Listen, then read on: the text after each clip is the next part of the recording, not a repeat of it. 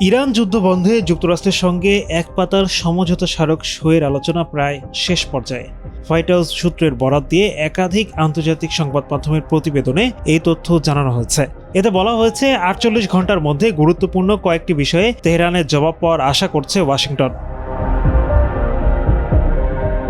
খসড়া সমঝোতায় বলা হয়েছে ইউরেনিয়াম সমৃদ্ধকরণ স্থগিত রাখার প্রতিশ্রুতি দেবে ইরান। ৫ বছর পর্যন্ত ইউরেনিয়াম সমৃদ্ধকরণ স্থগিতের প্রস্তাব দিয়েছে তেহরান। তবে ওয়াশিংটন বলছে ২০ বছর। ১২ থেকে ১৫ বছরের একটি সম্ভাব্য সময়সীমা নিয়ে আলোচনা চলছে। খসড়ায় বলা হয়েছে পারমাণবিক অস্ত্র তৈরি না করার অঙ্গীকার করবে ইরান। একই সঙ্গে কঠোর আন্তর্জাতিক তদারকির আওতায় থাকবে। যে কোনো সময় ইরানের স্থাপনায় আকস্মিক পরিদর্শন করতে পারবেন জাতিসংঘের পরিদর্শকরা। বিনিময়ে ইরানের উপর আরোপিত অর্থনৈতিক নিষেধাজ্ঞা ধাপে ধাপে প্রত্যাহার করবে যুক্তরাষ্ট্র। একই সঙ্গে জব্দকৃত কয়েকশো কোটি ডলার ছাড় দেবে। এছাড়া হরমুজ প্রণালীতে জাহাজ চলাচলের উপর আরোপিত বিধিনিষেধও তুলে নেওয়ার প্রস্তাব রয়েছে।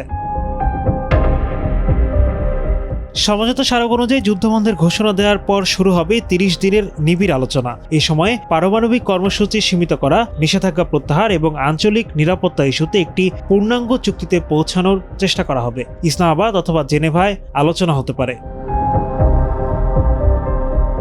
তবে এই সমঝোতার অনেক শর্তই চূড়ান্ত চুক্তির উপর নির্ভরশীল। আলোচনা ব্যর্থ হলে আবারও সামরিক উত্তেজনা বা অবরোধ ফেরার আশঙ্কা রয়েছে বলে জানান সংশ্লিষ্ট কর্মকর্তারা। বিশ্লেষকরা বলছেন যুদ্ধবিরতির একটি গুরুত্বপূর্ণ অগ্রগতি হলেও স্থায়ী সমাধান পেতে এখনও অনেক পথ বাকি। চুক্তিটি শেষ পর্যন্ত বাস্তবায়ন হয় কিনা তা নির্ভর করছে আলোচনার উপরই।